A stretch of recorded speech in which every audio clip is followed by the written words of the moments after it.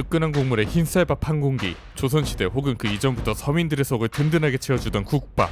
단순히 국물에 밥을 말아먹는 행위를 넘어서 하나의 음식이자 문화로 재료와 끓이는 방식에 따라 수십 수백 가지로 파생되는 이 국밥을 제슐랭 가이드와 장준우, 이재훈 셰프님이 한자리에 모여 5가지 맛집으로 선정해보았습니다. 이 영상은 라이프 플러스의 지원을 받아 제작되었으며 매월 라이프 플러스에서는 맛집으로 선정된 5곳 중 한 곳을 골라 라플미식회를 열고 있습니다. 백령에서 진행되는 라플미식회 국밥편은 이미 응모가 끝나 신청이 어렵지만 다음 미식회는 스테이크 맛집을 주제로 흑백 요리사의 고기 깡패로 출연하신 데이비드 리 셰프님이 운영하시는 굿몽에서 주최될 예정이니 많은 관심 부탁드립니다. 참고로 굿몽에서 진행될 라플미식회는 11월 1일부터 12월 8일까지 응모할 수 있으며 12월 14일에 미식회가 열릴 예정이니 참고해주시고요. 들어간 재료마다 한 곳씩 국밥 맛집을 선정해보았는데요. 그 첫 번째 재료는 바로 소로 만든 국밥 맛집입니다.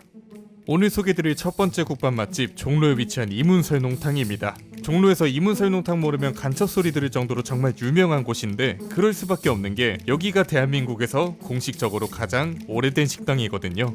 원래 있던 건물에 화재가 발생해 현재는 종로구 견지동으로 이사했지만 여전히 120년 가까이 된 최장수 노포만의 아우라는 확실한 것 같습니다. 가게에 들어서자 느껴지는 진하고 쿰쿰한 사골 냄새에 처음 방문하시는 분들은 꽤 놀라실 수도 있습니다. 대표 메뉴는 설농탕, 설렁탕의 어원이 바로 이 설농탕이라고 하더라고요. 음식은 주문과 동시에 바로 나오고 기호에 맞게 대파와 후추, 소금을 넣어 드시면 됩니다. 소금은 생각보다 듬뿍, 파는 이렇게 많이 넣어도 되나 싶을 정도로 많이 넣어야 맛있고 이 소금은 처음에 너무 소심하게 넣으시면 어차피 2스푼, 3스푼 더 넣게 되기 때문에 그냥 처음에 확실하게 넣어주시는 게 좋아요. 이문설농탕의 특징이라고 하면 흔히 아는 양지나 차돌 외에 내장이 듬뿍 들어간다는 건데요. 이 마나라고 하는 소의 비장이 대표적인 예입니다. 그 외 우설이나 머릿고기 등 다양한 부위가 들어가고요. 처음에는 어디서나 먹을 수 있는 평범한 설렁탕과 크게 다를 바 없다고 느껴졌지만 2번 먹고 3번 먹고 그러다 다른 곳의 설렁탕을 한번 드셔보시면 이문설농탕이 참 맛있게 잘 끓이는구나 느껴지는 시점이 있을 거예요. 가격이 좀 비싸기는 하지만 설렁탕으로서 지녀야 할 기본기도 탄탄하고 깍두기도 맛있고 다른 데선 접하기 힘든 특이한 재료도 들어가 있으니 종로에 가신다면 한 번은 가볼 만한 곳이 아닐까 싶습니다. 참고로 서울에는 이문설렁탕만큼은 아니지만 나름 긴 역사를 자랑하는 국밥집이 많은데요. 대부분 소를 이용한 설렁탕집이지만 두 번째로 소개드릴 이곳은 소가 아닌 미꾸라지로 거의 100년에 가까운 시간 동안 장사를 하고 있는 곳입니다. 두 번째 국밥 재료는 물고기, 해산물, 민물에서 사는 재료를 이용한 국밥 맛집으로 뽑힌 이곳은 92년의 전통을 자랑하는 추어탕집 용금옥입니다. 이 용금옥은 현재 운영하고 계시는 사장님의 스토리가 참 인상적이었는데요. 20대 꽃다운 나이에 이 집으로 시집을 오시면서 처음 추어탕이라는 음식을 먹고 아니 이렇게 맛있는 음식이 있을 수 있나 하면서 감탄을 금치 못한 게 용금옥 추어탕과의 첫 만남이라고 하시는데 그렇게 며느리로서 가게를 도맡아서 거의 30년 넘게 운영 중이시라고 합니다. 용금옥의 추어탕은 다른 곳들과 다르게 생각보다 맑은 느낌이었는데요. 보이는 비주얼처럼 맛도 입안에 걸리는 거 하나 없이 깔끔하게 끓여낸 백반찌개 같은 맛이었습니다.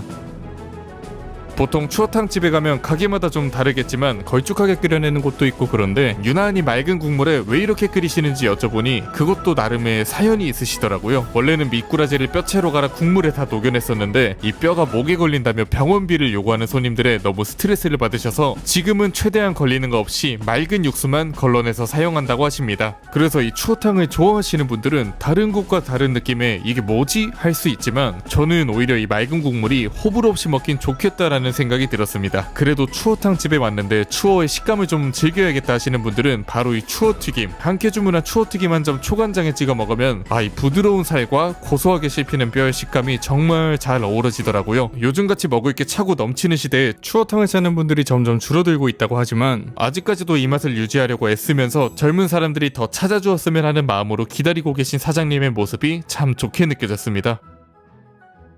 이어서 세 번째 재료는 돼지를 이용해 만든 국밥 맛집으로 용산의 백랑이 뽑혔습니다. 이 백랑 같은 경우는 앞서 소개드린 100년 가까이 된 국밥 맛집들과는 다르게 요즘 가장 트렌디한 국밥 맛집이라고 해도 될 정도로 어떻게 보면 굉장히 새로운 스타일의 국밥집으로 각광을 받고 있는 곳인데요. 요즘 맑은 국밥의 대명사로 떠오르는 옥동식과 같은 맥락의 국밥집입니다. 백랑 국밥의 특징이라고 하면 티 없이 맑은 육수에 난충맛돈의 뒷다리를 얇게 점에 올린 수육과 부추로 만든 페스토가 올라간다는 점인데요. 우선 국밥 그대로 잘 익은 깍두기와 먹으면서 본연의 맛을 즐기고, 절반 정도 먹었을 때 유자새우젓과 청양고추 오이를 양껏 넣어 드시면 되는데, 이런 일련의 과정들이 약간 라멘 먹을 때와 비슷하기도 하고 아무튼 음식을 즐기는 방식을 더 풍부하게 만들어줍니다.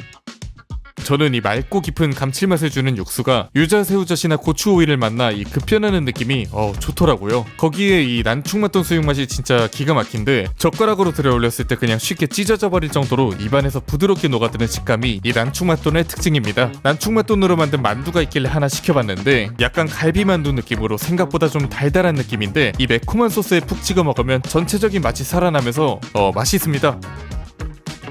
백랑을 다녀오신 분들이 이 난충맛돈으로 만든 잠봉수육을 극찬하시던데, 저는 개인적으로 국밥에서 워낙 얇게 점해진 고기를 양껏 먹다 보니 오히려 이 두툼한 온수육이 더 손이 가더라고요. 마찬가지로 부드러운 식감이 참 인상적이었는데 같이 나오는 시래기 절임과 함께 먹으니 정말 맛있었습니다. 여기 셰프님이 르꾸로동 블루 출신의 블루리본만 10개 받은 프렌치 식당 셰프님이라고 하시는데, 그래서 그런지 이 섬세한 맛의 밸런스 자체는 정말 잘 잡으신 것 같네요. 돼지라는 재료 자체가 워낙 국밥 재료로서 조합이 굉장히 좋고 다양한 스타일의 국밥이 있기 때문에 저희 3명도 맛집 선정에 굉장히 애를 먹었는데요. 워낙 전통적이고 오래된 노포가 많기 때문에 우열을 가리기가 힘들어 요즘 가장 트렌디한 맛을 내는 곳을 맛집으로 선정해보았습니다. 여러분은 혹시 고기 한 점 안 들어간 국밥에 대해 어떻게 생각하시나요? 제가 이렇게 여쭤보면 그런 국밥이 있어 라고 대물을 정도로 국밥에 고기는 빠질 수 없는 재료인데, 채소로 만든 국밥이 뭐가 있을까 생각해보니 어렴풋이 떠오르는 이 국밥, 바로 콩나물국밥입니다. 전주식 콩나물국밥 맛집으로 유명한 비사벌 콩나물국밥이 바로 4번째 국밥 맛집입니다. 이 전주식 콩나물국밥의 가장 큰 특징이라고 하면 국밥과 함께 나오는 따뜻한 술안이죠. 이 술안을 국밥에 넣어 드시는 분들도 계시지만 제대로 먹는 방법은 따로 있습니다. 술안에 국밥에 국물을 3-4숟가락 정도 넣으시고 김가루를 푸짐하게 넣어 열심히 비벼준 다음 숟가락으로 호로록 떠먹으면 되는데요. 국밥 먹기 전에 에피타이저 개념으로 생각하시면 됩니다. 또 하나 특징은 바로 오징어가 들어간다는 점이죠. 많이는 아니고 잘게 썰린 오징어가 적당히 들어가 있습니다. 콩나물로만 육수를 내서 무슨 맛이 있겠냐마는 20가지 재료를 사용해서 천연 육수를 뽑아내신다고 하는데, 개인적으로는 황태 육수가 베이스가 된 게 아닌가 싶더라고요. 어떤 육수인지 아시는 분들이 있으면 댓글로 남겨주시고, 그 황태 특유의 달달한 감칠맛과 시원함이 굉장히 진하게 다가오기 때문에 술을 안 먹은 사람도 해장이 되는 것 같은 상당한 개운함을 선사해줍니다.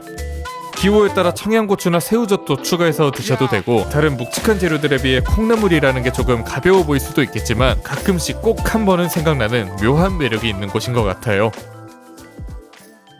마지막으로 소개드릴 곳은 제가 올해 들어, 아니 살면서 먹었던 모든 국밥 통틀어 3손가락 안에 꼽을 정도로 정말 맛있었던 곳인데요. 서울이 아닌 지방에 있는 국밥 맛집을 뽑아보자라는 질문에 선정된 홍성의 홍흥집입니다. 제가 정말 강력하게 말씀드리는데 여기까지 오는데 4시간이 걸리던 5시간이 걸리던 아무 상관없습니다. 기회가 된다면 죽기 전에 꼭 와서 여기 홍흥집의 소머리 국밥과 수육은 무슨 일이 있어도 드셔봐야 돼요. 제가 살면서 지방에서 먹어본 국밥 맛집 중에 딱 한 곳을 뽑아보라고 하면 저는 무조건 여기 홍흥집을 뽑을 겁니다. 그 정도로 이 맛의 임팩트가 정말 어마어마한 곳이었어요. 제가 방문한 날은 여기 시장이 쉬는 날인데도 불구하고 동네 사람들이 줄을 엄청나게 서 있는데, 식사를 다 하고 나올 때 보니까 줄이 더 길어져 있더라고요. 일단 수육 먼저 보여드리고 시작할게요. 돼지와 소 반반 섞은 수육이 2만원, 돼지 막창과 머릿고기, 소 아롱사태와 우설로 구성되어 있는 반반 수육인데 가격도 미쳤고 맛은 더 미쳤습니다. 이 돼지의 고소하고 야들야들한 식감과 소의 묵직하면서 진한 감칠맛이 정말 좋은데, 매일 새벽에 도축장에서 당일에 잡은 고기만 사용하기 때문에 냄새 하나 없이 정말 신선하니 맛있더라고요. 그래서 여기 홍흥집은 매일 아침에 전화해서 열었는지 안 열었는지 여쭤봐야 돼요. 만약 우시장이 쉬는 날이거나 당일 잡은 고기를 못 받으면 장사를 아예 쉬어버린다고 하십니다. 이어서 나오는 소머리 국밥도 그냥 레전드 찍었어요. 이 맑은 국물에서 우러나는 진한 감칠맛에 머릿고기, 아롱사태, 우설 등등 정말 푸짐하게 들어있는데, 이 깍두기 하나 싹 올려 먹으면 단언컨대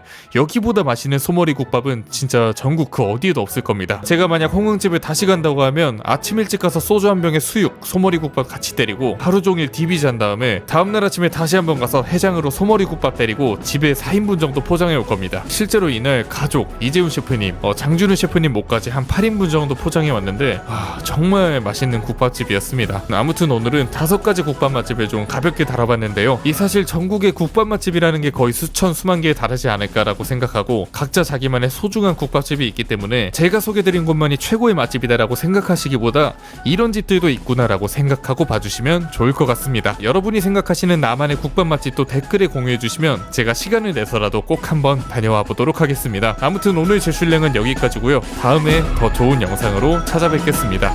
감사합니다.